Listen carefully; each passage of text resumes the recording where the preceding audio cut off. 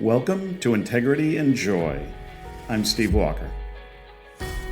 This is a bonus episode of Integrity and Joy, my conversation with Erica Lazarus about courage. So welcome to Integrity and Joy. This is a bonus episode. It is related to episode 8, so earlier in the season, when I did an episode on courage. And this actually helped inspire that episode. And I wasn't sure when to share it with you. And so, I don't know, the timing just didn't seem right along the way. And so I've been holding on to it, but it just feels like this is a time in our country when we need a lot of courage. And so this felt like a good time to drop it. Even though, it's not about what's going on in the country specifically. It's actually a very personal conversation with Erica Lazarus. Erica is a former student of mine. We've known each other 15 years or something, close to that. And she's an amazing person. I mean, she just has like this very special energy and a beautiful soul, and social worker by training, but she's really just a very unique spirit, as you'll hear.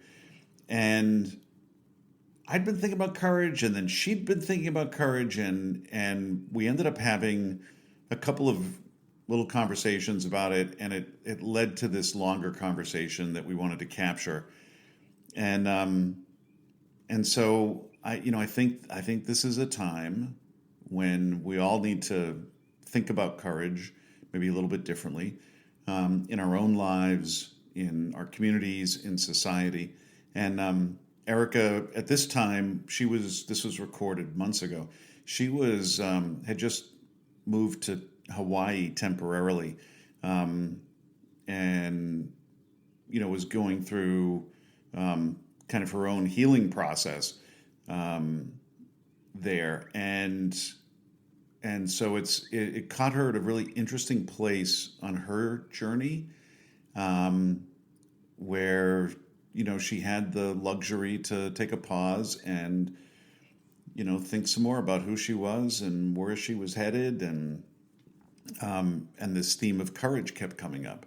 And I think it does take an enormous amount of courage to be a human being, even in these modern times where in this U.S., a lot of us, live pretty safe lives and have food, shelter, and clothing, and don't have any existential threats facing us down like saber-toothed tigers millions of years ago. But yet, there are a lot of things that require courage: moral courage, ethical courage, physical courage sometimes, the courage to put boundaries in place with loved ones, to walk away from toxic relationships and marriages, to have integrity, to stand up for what you believe in. It's certainly a topic near and dear to my heart. Repeatedly in my life, I've had to have courage, personally and professionally. So, anyways, I thought I would share this. I think it's a really powerful conversation. I'm deeply appreciative to Erica for being so open and vulnerable, and for sharing, and for inspiring me to do the earlier episode. And she's also been working with me as a part of Integrity and Joy, helping with some of our social media stuff. So I'm deeply appreciative of her as a human being and as someone who's a part of this team at Integrity and Joy, trying to make a difference in the world and trying to help people live lives of integrity and love and compassion and empathy with a lot more joy and love in their lives. So anyways, here's my conversation with Erica Lazarus about courage. So Erica Lazarus, welcome to Integrity and Joy. It's so great to have you on here. Thank you. Thanks so much for having me. I'm grateful to be here. And you're in Hawaii. What's the vibe in Hawaii today? Like, what's it feeling like there? I'm currently sitting in a coffee orchard at the moment, so it's incredibly peaceful right here. We are on the final day of the full moon, so there's been a lot of energy moving over here, and you could definitely feel that in the animals and the people and all of that. But overall, yeah, it's consistently peaceful. It's consistently peaceful here. Oh, that sounds wonderful. Hmm. Um, so we're going to talk about courage. And Mm. I think you originally were the one who brought it up as a theme a couple of weeks ago. What brought Mhm. courage into your mind and heart recently? Like what made you think about courage? From the conversations that I've been having with close friends and new friends and people, of how people are choosing to be right now in the world, of how people are choosing to show up and the choices that they're making, and um, how they're choosing faith over fear, and getting to hear their words and their stories and witnessing how people be just really shined a light and illuminated. Oh my gosh, look at the role or the way that courage is moving us right now. And I think currently in my own life, you mentioned I'm currently in Hawaii. There, every day really is an act of courage, in choosing to be here and how I came to be here. And so there's been a personal inquiry for me of what courage means for me and what that looks like, and also collectively witnessing how people have been moving in a way that I would call courageous. And what do you think, like, so what is courage? What did it used to mean to you, and what do you think it means to you now? It's a good question.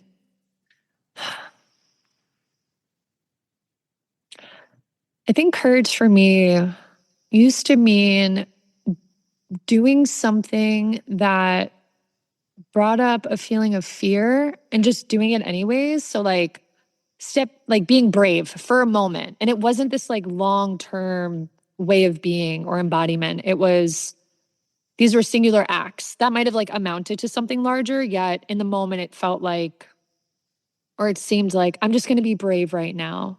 And a lot of it was kind of fake it till you make it ish. Um, And courage recently has taken on just a whole new meaning for me, in that it feels like this really thin thread that is moving itself really through like my cells and my whole being. And it's not just a single act of bravery. It's not a moment of I'm going to step out of what's comfortable for me and into something that is unknown or uncertain, and that brings a sense of fear and uncertainty. It's actually choosing to show up every day as an authentic, vulnerable, and open human being. Someone who's not holding up their shields all the time. Someone who isn't preparing for the worst or having plan A, B, C, D, E, F, G, in the back of my mind. It's this way of being that has this essence of openness. And I think that's more of like the feel that courage holds for me right now. Mm. It's pretty powerful. It sounds a lot like Brene Brown, right? That you Mm, know, um, having the courage to be your authentic self, to risk rejection and judgment and all that. But yeah. the people that you do connect with and who do like and love you will love and like the real you, and not some mask you're wearing or a role that you're Right, playing. And right. and that it's liberating, right? I mean, in a way, it's really interesting. Yes.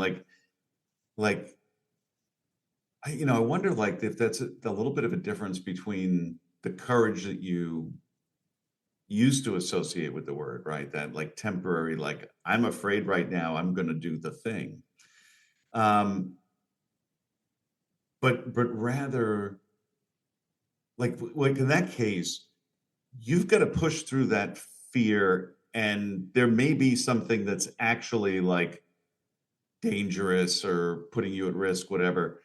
Um, but then it's gone, right? Whereas this kind of courage is both more about long-term resilience right? Yeah. And grit, right? And consistency, right? The integrity that comes with that. Um, but also, it's more liberating once you actually do it. Like the fear is anticipatory almost always. Whereas once you start Mhm. living this way, like for the most part, at least my experience has been, it's liberating, right? That you don't have to wear Yeah, the mask and you don't have to worry about, you know, who's going to like what and you know, how do I need to act in front of this person and all that kind of crap, right? absolutely. Absolutely. And I think with that, right, it always comes back to ourselves. Like with your point with that as well, Steve, I think it's also this journey into a really deep and unwavering sense of trust in self. So if I'm not anticipating anything, if I fully trust my beingness in every present moment, right? Moment by moment by moment, there's nothing to prepare for, there's nothing to rehearse. I know that whatever's presented to me in my next breath, not only can I handle, I can navigate it if it needs Mm, navigation. I can receive it if it needs to be received. I can face it if it needs to be faced. I can connect with it if it's needing action. And just that, I think that that does come with this development of trust as well. And I think it also, in my own experience, really is this journey of it's journey through contrast as well. So it's like in moments of contrast, whether I'm embodying the contrast or contrast is being presented to me, um, I get to learn even more who I am and also who I'm not. And that supports me in cultivating a deeper sense of trust within myself because I become familiar with what is unwavering, in those moments that mm. feel maybe a bit less clear, or like if I'm stuck in an illusion in an illusion or a belief system of my own or in a habit or pattern. It's like this trust anchors me into my truth and my sovereignty and my clarity. And that's what I just like, that's what keeps pulling me back. That's really So, that's really interesting. There's a couple of things there you just talked about that I think is really interesting. It allows you that kind of courage to be your authentic self, empowers you to be more mindful, right? That in other words, like as these things come to you, you have the confidence and the presence to react authentically and organically in the moment because you don't have to like right. prepare or worry that like you're not going to be able to play the role that you feel like you're supposed to play in that situation, that it's just like no, I'm in this moment and I'm just going to be my authentic self and be connected to my core values and who I'm trying to be, and that's it, that's all I can do and that's all I want to do, right? Hmm. And then it also is unlocking this internal heightening of self-awareness and identity that adds to the confidence to and the courage to be authentic. It almost becomes this reinforcing cycle, right? Totally. The more you act that way, the Totally. better you understand who you are and who you're trying to be, and that confidence and clarity gives you more confidence and courage to be the person Hmm. that Hmm. you know, the best version of your authentic self. Absolutely. I mean, you're building repetition around authenticity versus a lack of authenticity, right? If we're moving in Mm-hmm. one way, if we're basing our choices and decisions and ways of being around wanting to be accepted, wanting to be liked, wanting to be loved, all of those aspects, that's an entire way of being, right? And that's going to develop our character in one way. And then when we shift into this space of, well, I know that I love myself and I know that I accept myself and I know that I'm not abandoning myself, I'm not going anywhere.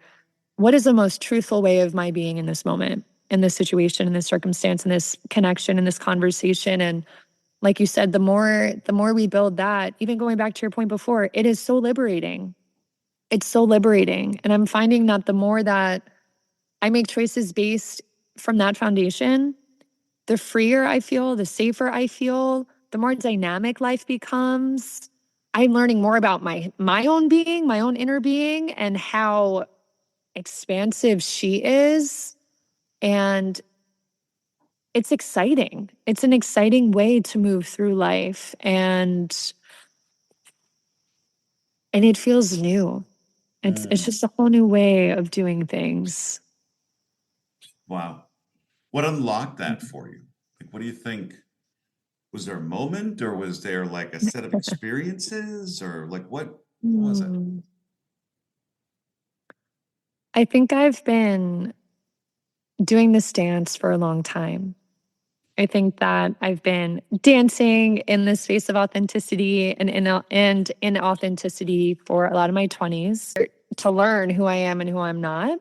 And also because of the fear of if I fully commit to authenticity, then what might I lose? And what if I don't like who I am? And what if I am really like abandoned by everybody? And was this all for nothing? You know, those thoughts, the fear. And for me, it took me being embodying contrast for about 2.5 years, predominantly in a relationship, to really reach a point within myself of recognizing this actually is not worth it, is not worth it for me. And it's not just happening in my relationship. This is happening, it's like spilling into my friendships and even like friendships that were really authentic. I felt this, I could still sense this thing within me that was being inauthentic. It's like, Mm. because I had this really big presence in my life that um just it couldn't like how do I word it? It just tainted it. It tainted all my experiences. And so for me, it took me being the contrast for a handful of years to just say enough, you know, I'm willing to lose everything. I'm willing to lose everything just to find myself again. And Mm. I never have to abandon myself ever again in my life. Mm. And it is a choice that I make every day. And it's messy and it's not perfect, yet I've been offered a lot of different opportunities to practice. And the more I practice, the more grounded I feel in myself and the more empowered I feel and the more compassion I feel towards myself. And it's just changing my whole way of being and my whole life in ways that I just couldn't have imagined. And I also, throughout this experience too, it's what's really come to light is like, it's really important to honor our own pace. You know, in hindsight, I wouldn't change anything that I did. I wouldn't have wished things had gone faster or slower or what have you. I really see how I had to take the time that I took to get to where I am right now. And I'm not rushing this process either. Like there's nowhere to go. You know, it's really just I'm deepening in myself. And I think the sooner we're willing to accept the pace that we're going, there will be a stronger presence of grace in this whole process. A friend of mine used to say, there is no finish line. That we all feel like we've got to race, right, Mm-mm. and grow at a certain pace or figure stuff out at a certain pace, and there's no finish line. I mean, there is No, in the sense that the journey will come to an end, but we don't know when that is. And for the rest of this no. stuff, we're constantly growing, hopefully until the very end. Constantly Mm-hmm. discovering new aspects of ourselves. I thought it was really interesting what you talked about a couple of minutes ago, like the irony, I guess, the cruel irony that trying to avoid the pain of being abandoned by other people caused you to abandon yourself, right? Mm-hmm. The one person you should be able to count on to not abandon you, right? Because other people are going to abandon you, right? But Right. but ironically, it took that, and that word contrast that you've used several times, right? Which seems to be mostly Mhm. about like the contrast between your authentic self and the role you were playing, the person you felt like you needed to be. Mm. And having to see, like, in a way, the gift of that stark contrast eventually forced you to confront this tension, right, Yeah. between who you are and who you were pretending to Mhm. be in a way. Um, Yeah. but I love that idea. I mean, you know, it's a difficult one, but that there's a beauty in that realization that, like, oh, in trying not to become abandoned, I abandoned myself. But now, having Mhm. realized that, I never have to do that again. No. Right? Mhm. That's really powerful. Mhm. Yeah. Is that liberating? Is it comforting? Is it like what does it feel like? Knowing that I don't ever have to Yeah, abandon myself, yeah. it just never occurred to me before.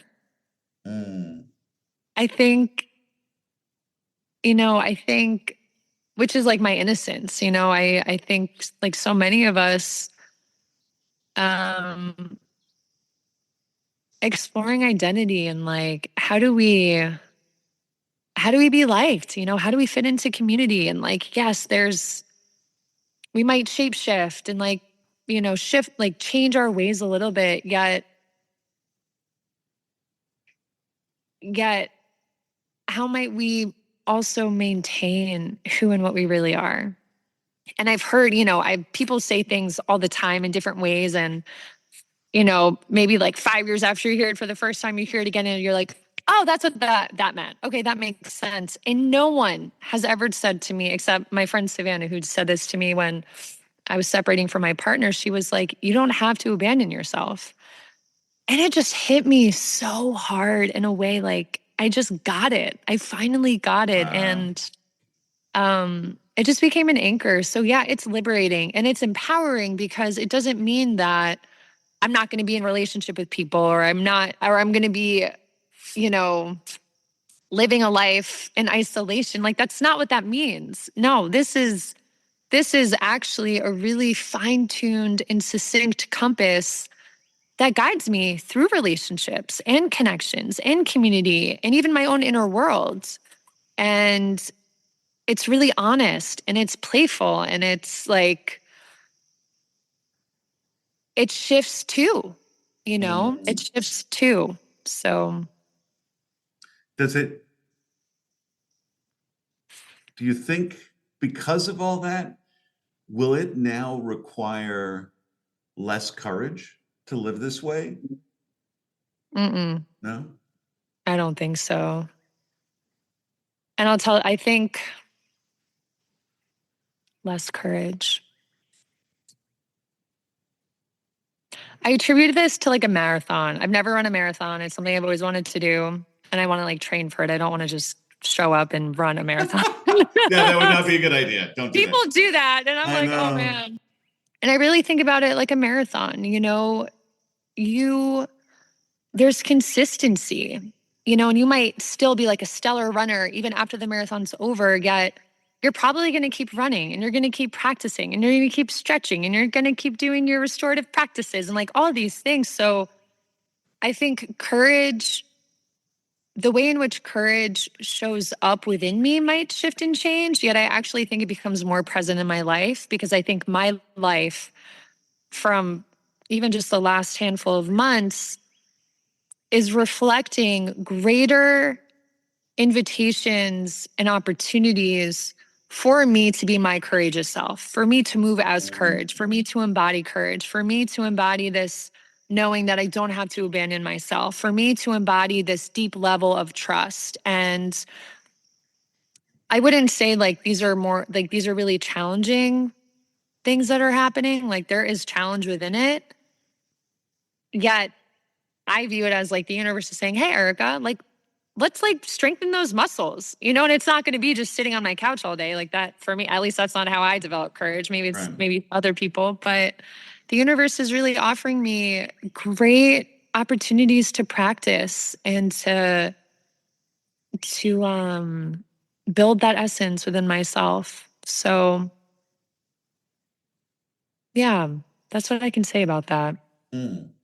Yeah, it's almost like inevitably there are going to be plenty of moments in our lives where we are going to feel the fear, the discomfort when we need to muster courage. But it sounds like this epiphany and experience has what it's really done is it didn't eliminate or reduce the need for courage. It empowered you to have more Mm. courage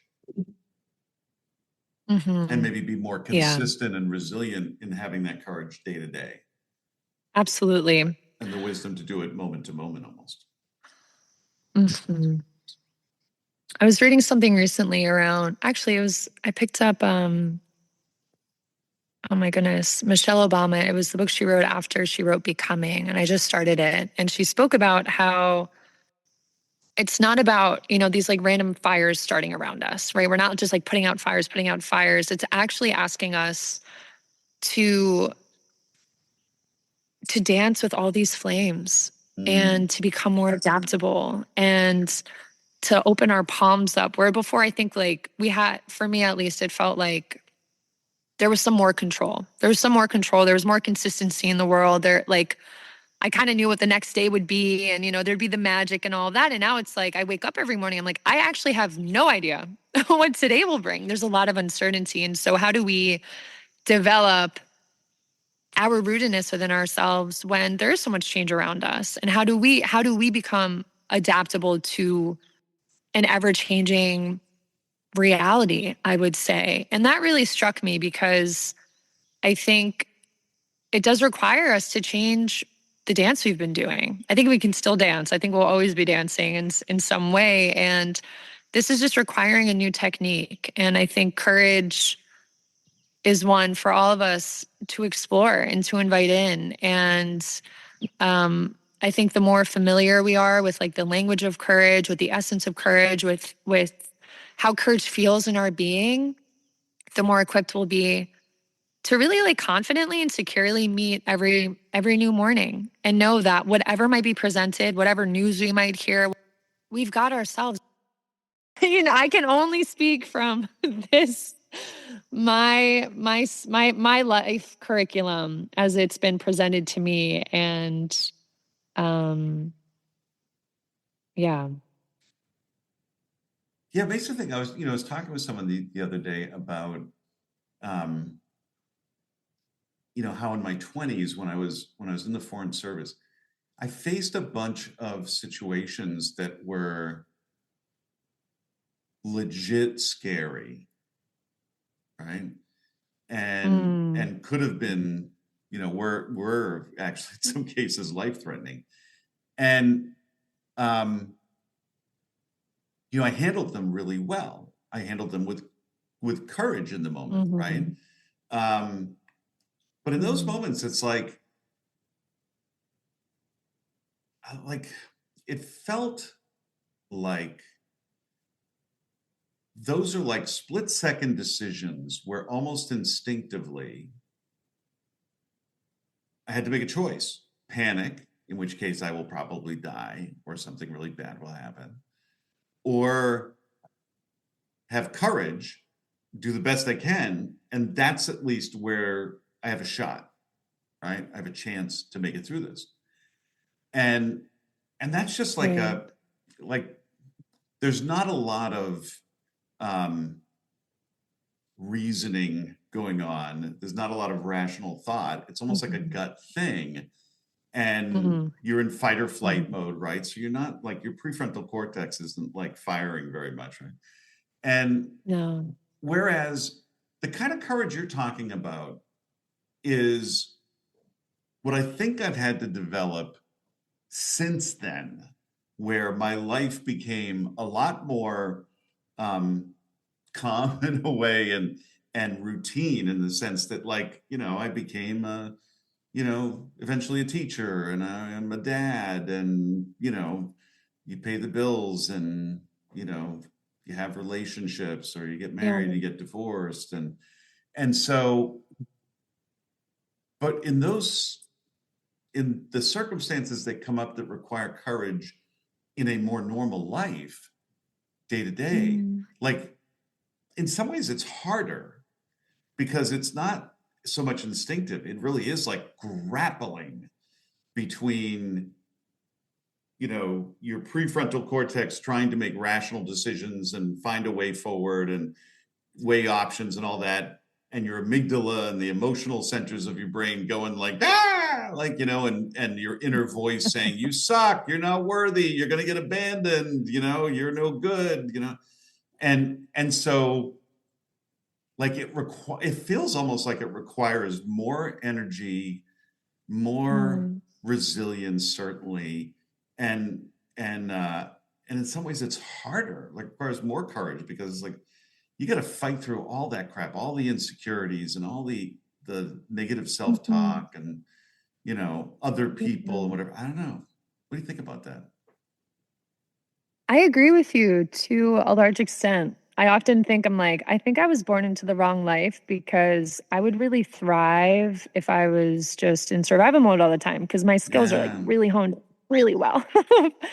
And what a practice it is to actually be thankfully, really thankfully in a very safe world, in a very safe world. And it is a practice. It's a practice to be in that safety and to remind my being. And I think I'm learning about some like new farming. For me, they're new farming practices. They've existed for a while. There's a practice called Korean natural farming.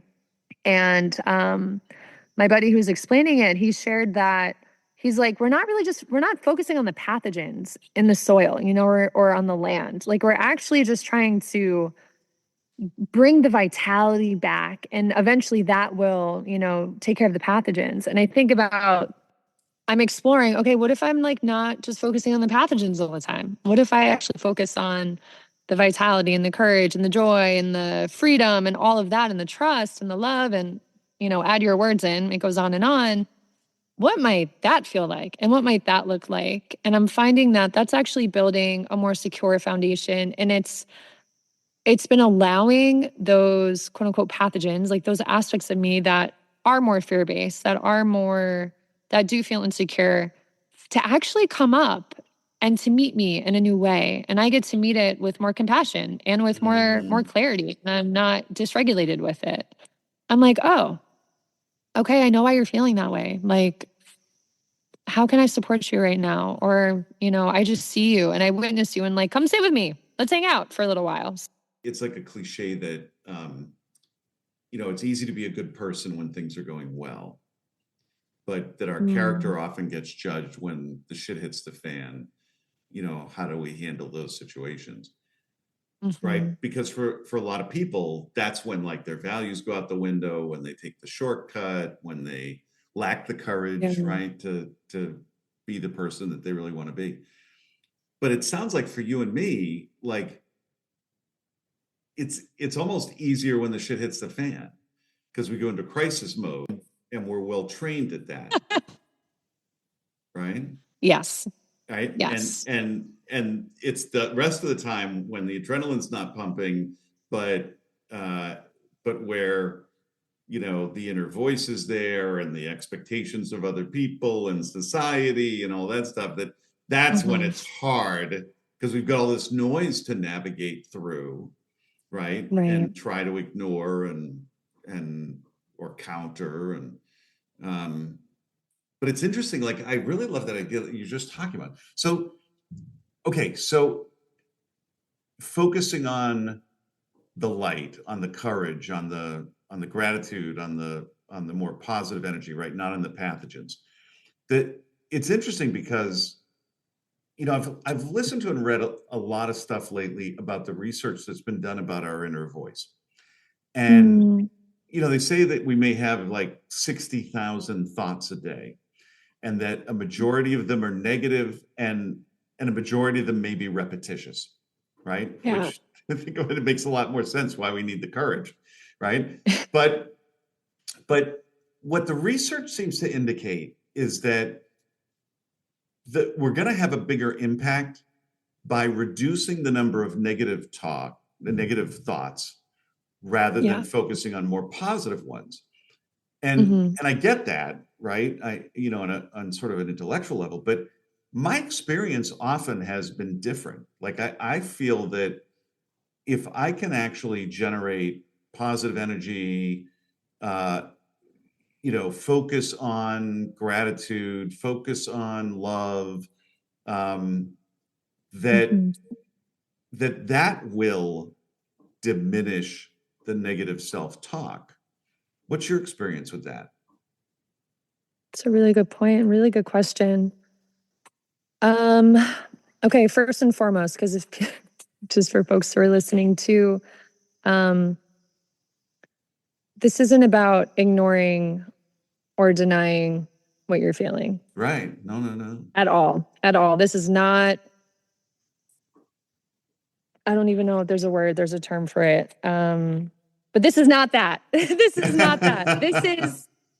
This is stepping into the arena as you are and having cultivated the relationship with your resilience, with your courage, with all of these other protective factors, so that when you step into the arena with this terror that you might feel, or this sadness, or whatever emotion it is, you are not alone in it. And you can navigate it with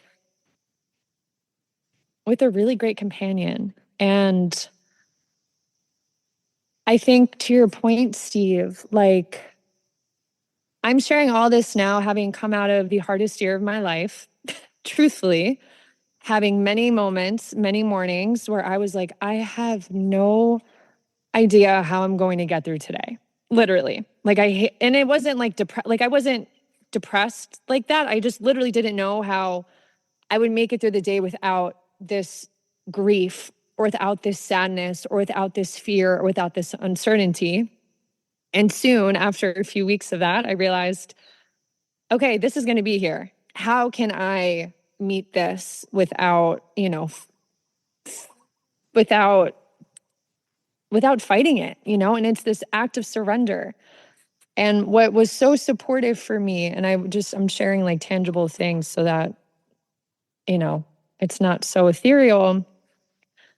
During those few months, I'll say, of like and really like the last year, but the first 3 months, I remember waking up every morning, dreading that I'd have to figure out the day. And I would sit on my floor and I would tune in with myself, and I would ask, what part of myself needs to be held right now? Almost every single morning out of those 3 months, it was my infant self. It was Mhm. like newborn self, maybe 2-year old. And I would just hold her, and I would do my meditations. I would do my practices. I would do my yoga. It's really, for me, really important to have practices that I do when I'm feeling my best and when I'm also feeling really confused and ungrounded. So there's consistency there. So I would bring her in. And when I finished my practices, I would check in with her.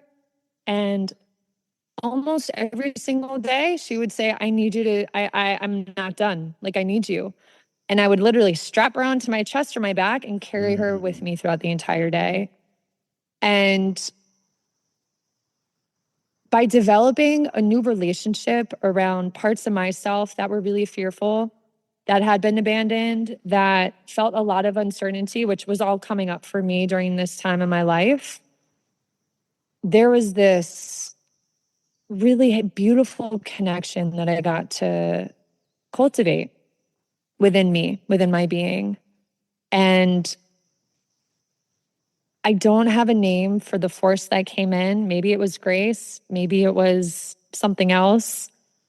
It really felt like grace was guiding this process of healing within me. And that's when I really started to feel that I don't have to abandon myself. I also don't have to have all the answers. I just have to know that I'm willing to get up every morning and ask myself how I can support you.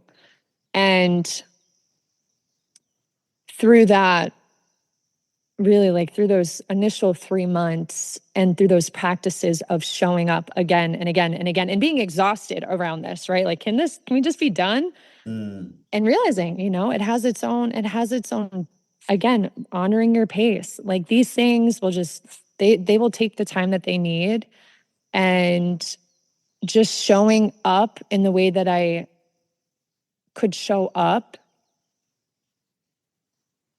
it opened a whole new space. So that was really a long-winded way of saying like, and it's okay to be with your stuff and it's okay to have stuff. We all have stuff. We're all humans. That's part of the experience. And in my life curriculum, I find that having this level of compassion and acceptance for our experience, where we are for ourselves, and also cultivating when we're feeling better or when we're feeling like a stronger version of ourselves, to start cultivating the courage and all of those pieces, we might be more willing and we might be able to connect with ourselves in a different way. If the courage wasn't present, maybe it would just be more fearful, or maybe we would just be too dysregulated to even be with ourselves. So, and things change. For those of you who are in it right now, things will change. They will not always be that way. Clarity will find you, I promise. When clarity is ready to find you and when you're ready to receive the clarity, it will come. And you also don't have to do it alone. I think that's the biggest thing too. When we're in these spaces of like developing this relationship with courage and this deep trust within ourselves and trying to be authentic, we're all trying to do that. We're all trying to develop this way of being. And there are people who want that for you and who can hold you when you are in the messy stages of that, when you are totally just needing to be held in the uncertainty. And they want to be there for you. So also an invitation to reach out to your people during this time. It makes it a lot more bearable. It feels like in part what you're talking about is allowing yourself to live with more intentionality, right? You're going to feel the emotions that you're going to feel. Mm-hmm. But Yeah. to buy yourself, to know how to self-soothe yourself and calm your nervous system so that you can then make a choice of like, how do I want to move forward and through this? And to do it with courage and grace and forgiveness for yourself and for others. And not let that initial, like that emotion, Yeah. become the boss, right? Totally. And determine and paralyze you in some cases, right? With Totally. fear, right, and insecurity, but rather Mm-hmm. to acknowledge it, and then to acknowledge that what's going on with that is, at least in part, something within you that may need to be healed, Mm-hmm. and to have Yeah. the wherewithal to say, like, yeah, so I'm gonna ask that part of myself, what do you need, Right. and give it that healing energy, whatever that is, forgiveness in some cases, comfort, unconditional love. Mm-hmm. Um, I had a really powerful practice in my journal for a while this fall when I was had been going through a rough time, and I heard or read somebody who talked about journaling as if you were unconditional love for yourself. Mm. And Mm-hmm. that was really great. And I only did it for a few weeks, but for those few weeks, it was really healing, Mm-hmm. and gave me a lot of clarity, like to think about like what would my inner voice sound like if it wasn't my inner critic anymore, right? And it was just my inner Yes. love, my inner Yes. unconditional love, and that was really powerful, right? I So to love be able to that. do that, right, to have that mindfulness to acknowledge the way you're feeling, but not like allow it to spiral, but instead to Yes. figure out like, what do you need to heal, and what Mm-hmm. courage do you need to move forward, right? With Mm-hmm. intentionality. Absolutely.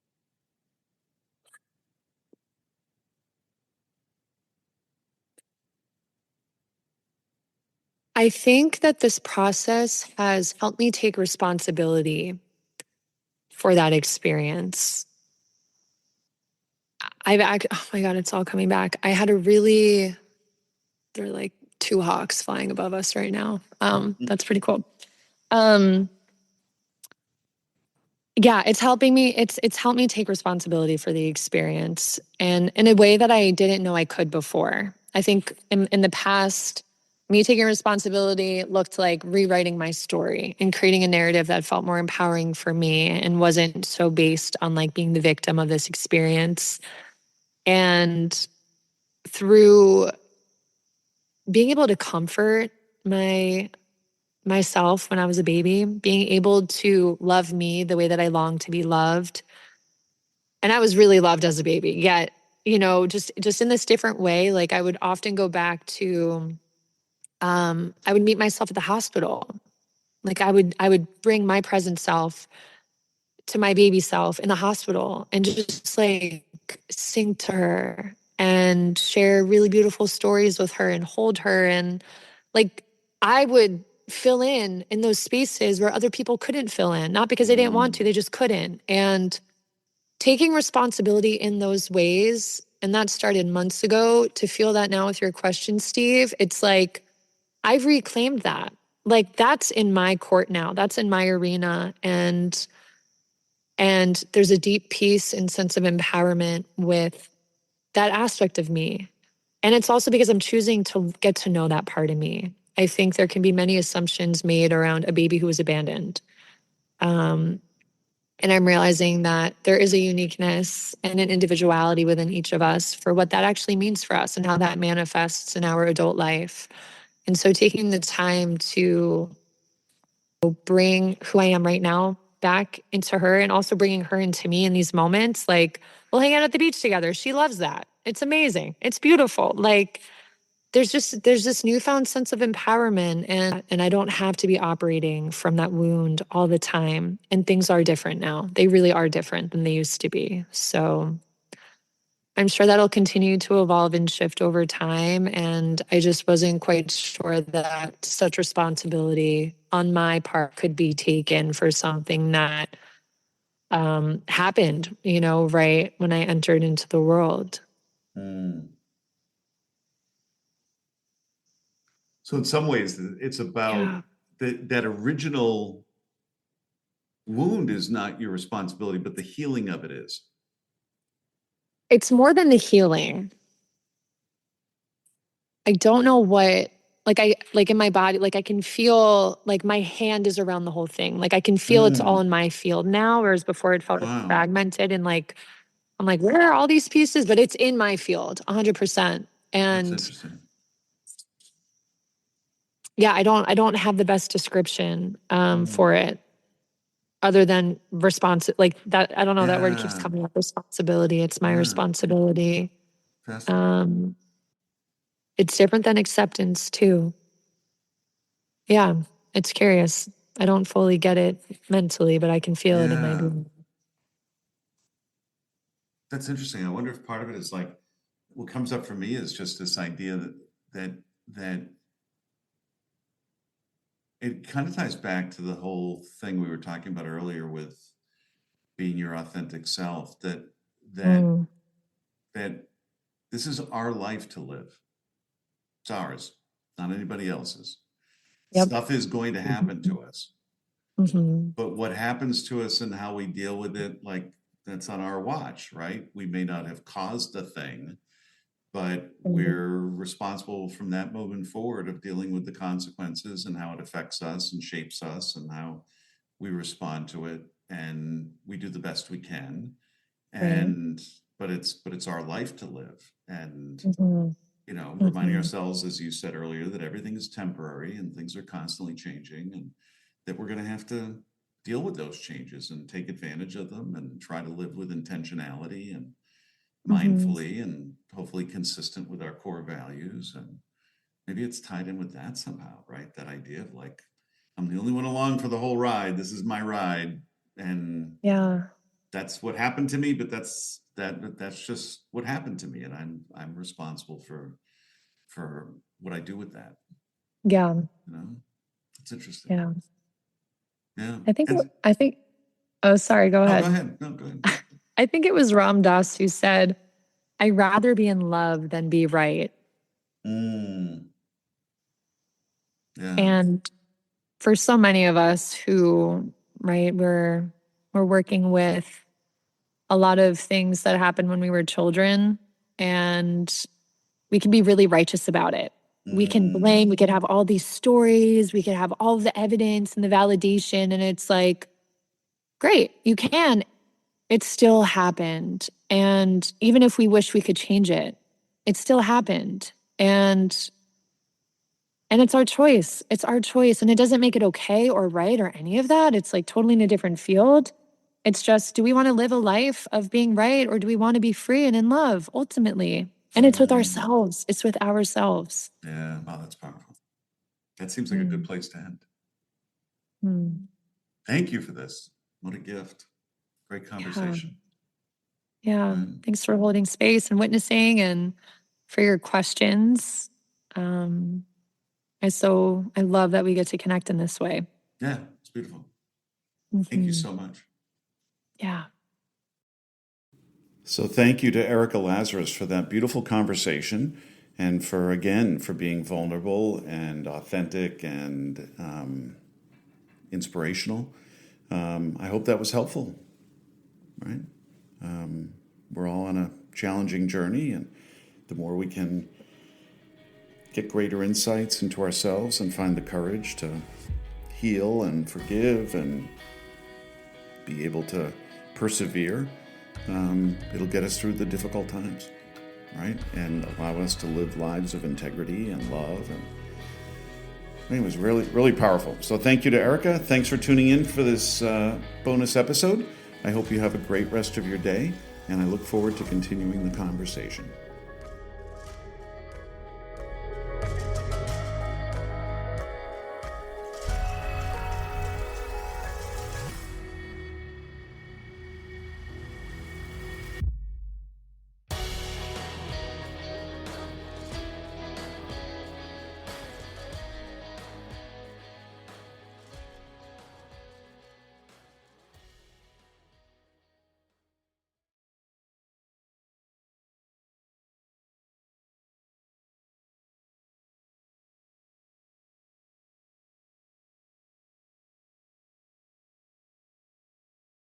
Thanks for listening. If today's episode resonated with you, imagine what we could accomplish together in a one-to-one coaching session. Visit integrityandjoy.com to learn more and book your free consultation. Let's create the life you've been striving for.